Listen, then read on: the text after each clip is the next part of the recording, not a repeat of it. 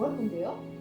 그게 등록이 안 되는 게 뭐가 문제인데 라고 하는 사람들한테 이게 등록이 안 될 때 이런 문제가 생기고 이렇게 불행한 일이 생기고 이렇게 가슴 아픈 일이 생기고 이거를 사람들이 이렇게 공감을 해야 될 텐데 조사 결과 복지시설, 양육시설과 일시보호시설 등의 미등록 아동이 보호조치된 총 수는 2년간 146명이었습니다. 아동 학대로 최근 3년간 신고 접수된 사례 중에 출생 신고가 되지 않았거나 가족관계 등록부가 폐쇄되어 출생 등록이 안 된 상태에 있는 아동은 최근 3년간 총 178명이었습니다. 두 사람이에요. 여기서 채택부인을 할 수 있는 사람은 B밖에 없어요. 또는 C가 해야 되는 거죠. A에 대해서. 그런데 지금 B는 하지 않고 있는 상황이고 C는 모르는 상황인 거죠. 사실은. 또 한편 우리나라 가족관계 등록 예규에 따라서 혼인 외에 자연 출생한 경우에는 친자관계를 정리해 오지 않으면 출생신고를 할 수 없도록 되어 있습니다. 제가 어떻게 지자체장이 아니 그러니까 쟤를 버려가지고 주워야 되나? 그게 더 쉽다라고. 그러니까 예를 들어서 얘를 기간에다 넘기면 얘를 출생신고를 할 거 아니에요. 그러면 출생신고가 되는 애를 입양하니까 훨씬 더 여자가 더 편하고 근데 그러면은 아이의 그쵸 아이가 방치되는 건데 아니죠.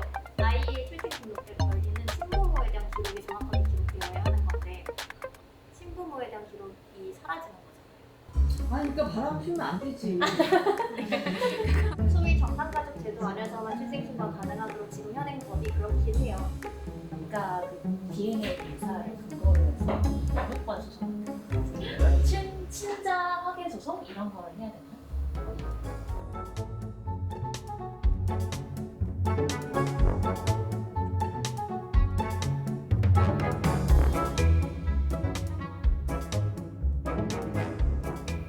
근데 아버지가 누군지 몰라서 표현인 거예요? 네, 누군지 몰라요. 알 수 없습니다. 검사가 되면 저기서 B의 유전자를 같이 받지 않으면 못할 거 아니에요 친자가 B만 있으면 되죠. 네, B와 A가 네네. 둘 다 그래서 절대 신고하지 않는 걸 우리가 어떻게 해요? 그러니까 이건 발견된 경우죠. 신고하지 않는 경우는 모르죠. 그쵸? 이건 우연히 발견. 그래서 지금 본인이 입 다물고 있으면 그냥 뭐 네. 네. 근데 하면 되는데 지금 여기 뭐가 없죠? 구. 출생증명서가 없잖아요. 병원이 발행해준 친엄마와 자녀의 관계를. 이때에도 다시 한번 법원에 출생 확인 신청을 받아야 돼요. 제출을 하고. 이 경우에도 A의 가족관계 등록부가 사라졌기 때문에 특별 대리인이 필요해요. 테레비가 아닌 현실에서 그런 것들이 발생되지 않게 해야 된다라는 걸 설득해야 될 것 같아요. 특별 대리인의 동의하에 A의 유전자 검사를 위한 시료를 채취하고 B를 설득해서 B의 시료를 채취하고 그 시료를 갖고 유전자 검사를 한 다음에 법원에 출생 확인을 받고 그걸 첨부해서 B가 출생 신고를 해야 되는 거죠. 그때는 결과가 B가 했나요? 이미 B가 했어요. 그 A는 어떻게 됐어요? B는 하고 사라졌죠. 네, A는 그냥 계속 시설에 살고 있어요. 그러면 미등록이기 때문에 대사관을 찾아가는 건가요? 네, 아빠가 출생 신고를 하려면은 동국 대사관을 찾아가거나 본국 네네. 차라리 여기선 등록 외국인이면은 모가 한국 국적이기 때문에 출생 신고를 할 수 있는데 사실 그때도 혼인 관계가 아니었잖아요. 네. 그렇기 때문에 모의 자녀라는 것을 입증하기 위한 또 별도의 굉장히 많은 서류들이 필요해요. 사실상 불가능하다고 봐야죠. 네, 저는 서류가 많으면 불가능한 왜냐면은 것 이 같아서. 경우에 보통은 엄마의 정보를 거의 알 수가 없거든요. 엄마가 혼인 관계가 없다라는 서류, 혼인 중이지 않았다는 서류를 구비를 하면은 그냥 친모가 낳은 자녀로 보아서 아빠가 출생 신고를 할 수 있거든요. 그러면 아빠가 가서 신고를 하면 아빠는 미등록이기 때문에 아이를 데리고 떠나야 되는 상황이에요? 보통 자기 대사관을 찾지 않는 경우도 자기 대사관을 찾아도 이제 본국에 돌아가야 할 가능성이 높아지니까 찾지 않고 한국 관공서를 찾지 않은 이유도 불법 체류 중이라는 사실이 통보되기 때문에 찾지 않죠. 공권력이 들어가서 엄마를 찾아야 되는데 공권력이 도움이 안 되잖아요. 그러면 엄마를 찾을 수 있는 방법은 아예 없는 건가요? 이주민 지원 단체들이 보통은 경찰에 신고를 해서 이제 엄마의 소재를 찾거나 그렇게 조력은 가능하죠. 근데 아빠가 혼자서 할 수 있는 건 굉장히 제한되어 있죠. 그럼 만약에 아빠가 그런 지원단체에서 의뢰를 했을 때 아빠의 신분도 노출되나요? 네.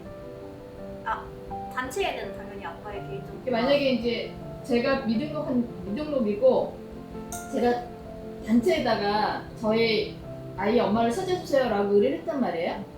그러면 이걸 단체에서 공권력에다가 요청을 해요. 네. 그러면 공권력은 아빠의 신원을 파악해야 될 의무가 있나요? 보통은 요구를 하는데 지금은 그냥 엄마의 소재 탐지만 요청했기 때문에 굳이 아빠의 정보까지는 주지 않아도 괜찮습니다.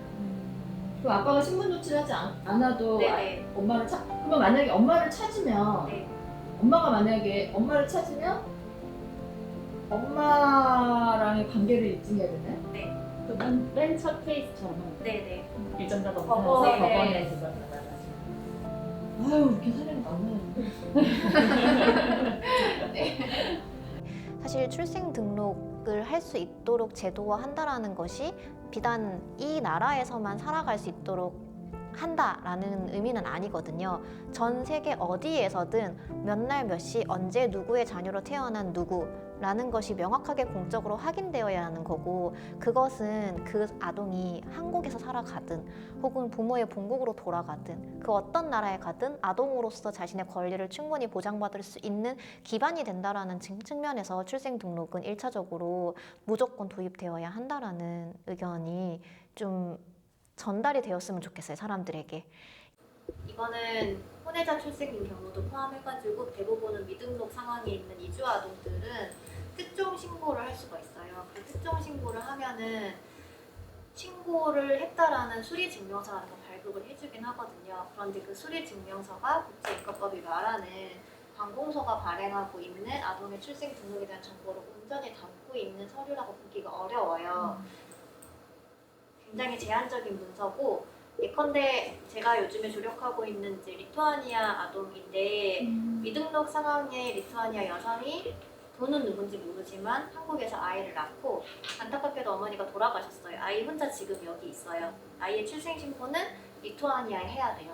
한국에 리투아니아 대사관은 없고 가장 가까운 리투아니아 대사관은 베이징에 있어요. 베이징에 있는 리투아니아 대사관과 소통하기 위해서 국내에 있는 라트비아 대사관과 소통을 해야 돼요. 네. 그 과정에서 리투아니아 대사관이 저한테 요청한 거는 병원 출생 증명서는 우리나라에서 효력이 없다. 관공서가 발행한 출생 증명서를 보내달라. 근데 한국에는 그런 게 없잖아요. 수리 증명서라는 걸 보내보려고 하는데 사실 이게 네네 특종 신고를 했다라는 것을 접수했다라는 것을 증명해주는 거죠. 일단 이거라도 보내보려고 하는데 될지 안 될지는 모르겠어요. 어쨌든 이만큼 사각지대가 있고, 그래서 지자체장 명의 어떤 서류가 조례 근거에서 발행이 된다면은 최소한 여기서의 아이의 존재를 증명하는 서류도 될 수 있겠지만 만에 하나 본국과의 관계에서도 어떠한 나의 지위와 존재를 증명할 때도 쓰임이 있을 수 있도록 하려는 게 또 목적이기도 하거든요. 저희가 설득할 수 있는 어떤 말로도 어쨌든 설명을 하려고 노력하는 그 자세를 보시지 않을까라는 생각을 해요. 유창하게 뭐 그래서 A가 B와 C가 어떻게 되냐면 이것보다 봐봐 들어서 어렵지? 왜 애들이 출생 등록하는 게 어려워야 돼? 이거 하나로도 사실 설명이 되는 일이거든요. 결국 그 출생 등록은 이 아이의 부모와의 관계를 증명해 주는 거고, 언젠가 어느 나라에 이 아이가 국적으로 신고될 수 있는 그 증거 자료로, 그리고 일단 우리나라에서 이거를 증명을 하면 자동으로 최소한의 사회보장 서비스를 제공하는 어떤 근거가 된다. 이거 이꼬르 국적이나 뭐 무조건 세금 뭐 이런 거는 아니다. 우리나라 국적을 막 부여하고 막대한 세금이 되는 게 아니라 인간으로서 최소한의 생존하고 교육받을 수 있는 어떠한 사회보장 서비스를 우리나라에 있는 동안에는 그 아이에게 주고, 인간적으로 주고, 그 아이가 어쨌건 누구누구에게서 태어났다는 거를 적어도 그 시점에 머물렀던 이 땅에서 이거를 증명해 줌으로써 그 아이가 미래에 어느 자기 엄마 나라, 아빠 나라에 가서 어떻게 자기의 존재를 기록하고자 할 때 기록할 수 있는 인정 서류를 우리가 만들어주는 거예요. 서명권 이임자를 좀 가능한 많이 확보를 하려고 하는 건 서명을 받는 한 사람당 서명에 대한 부담을 줄이기 위한 것도 있지만, 사실은 그 사람들이 지역 곳곳을 다니면서 혹시나 출생 미등록 아동의 사례를 발굴해낼 수 있도록 결국에는 지역사회에서 보지 않으면 찾아낼 수 없는 거잖아요. 그래서 서명권 이행자가 믿을 수 있는 사람이 더 늘어나면 좋겠다. 그렇다면 궁금하실 텐데 왜 시흥시일까라는 생각이 드실 텐데 2019년 기준으로는 50만 명인데 지금 2021년 1월에 공표된 바로는 56만 명 정도 되는 걸로 알고 있습니다. 우선 2019년 기준으로 말씀드리면 아동 인구도 경기도 내에서 9위 정도 되고 출산율도 경기도 내에서 상위권에 위치하고 있고 이주아동 거주 인구도 경기도 내에서도 2위를 차지하고 있어서 이로 비추어 봤을 때 아동의 출산율 태어나는 비율도 높고 또 아동이 거주하고 있는 인구 비율도 높아서 특히 이주 아동을 비롯해서 저희가 이 출생 등록, 출생 신고에 대한 테마를 시흥시에서 예비하는 게 적절하다라는 생각으로 우리 동네 연구소에도 요청드렸고 함께 지금 이렇게 이어가고 있는 것 같습니다. 아까 간략하게 설명드렸다시피 조례안은 지자체에 거주하는 아동의 출생을 증명하고 기록하는 출생 확인서를 지방자치단체장 명의로 발급하는 것이 주요 골자입니다. 이 출생 확인서는 국적과 부모의 법적 지위를 불문하고 부모가 아닌 사람도 신청할 수 있다는 그 절차를 마련하고자 하는 거고요. 출생 확인서는 말 그대로 아동의 출생과 관련된 사실을 증빙하는 자료로 활용될 예정입니다. 네. 이를 통해서 시흥시 내 출생 미등록 아동의 실태를 파악할 수도 있고 특별히 시흥시가 유니세프 아동 친화 도시이기 때문에 앞으로 그와 관련된 정책을 만드는데도 주요한 자료로 쓸 것 같습니다. 그래서 저희가 이제 본격적으로 서명 운동을 하려고 하는데요. 19세 이상 주민 총수를 기준으로 저희가 서명을 받아야 될 주민 수가 정해져 있어요. 8,285명이고요. 그러나 이 딱 8,285명만 받을 수 없는 이유는 중간에 허수도 있고 저희가 서명을 그 요건이 또 충족되지 않는 경우도 있어서 목표를 10,000명 정도로 생각하고 진행하려고 합니다. 그래서 일정도 우선 안으로 올려놓은 것은 8월 2일부터 시작했을 때 11월 1일에 종료하는 그 일정을 두고 진행하려고 하고요. 여기에 모이신 분들을 중심으로 서명권 위임자라고 해서 서명을 대신 받아주실 분들이 필요해요. 그래서 그 분들을 등록하면 그분들만 서명을 받을 수 있어서 그런 것도 같이 누구를 위임자로 할 것인가도 계속해서 논의하며 나가야 될 것 같습니다.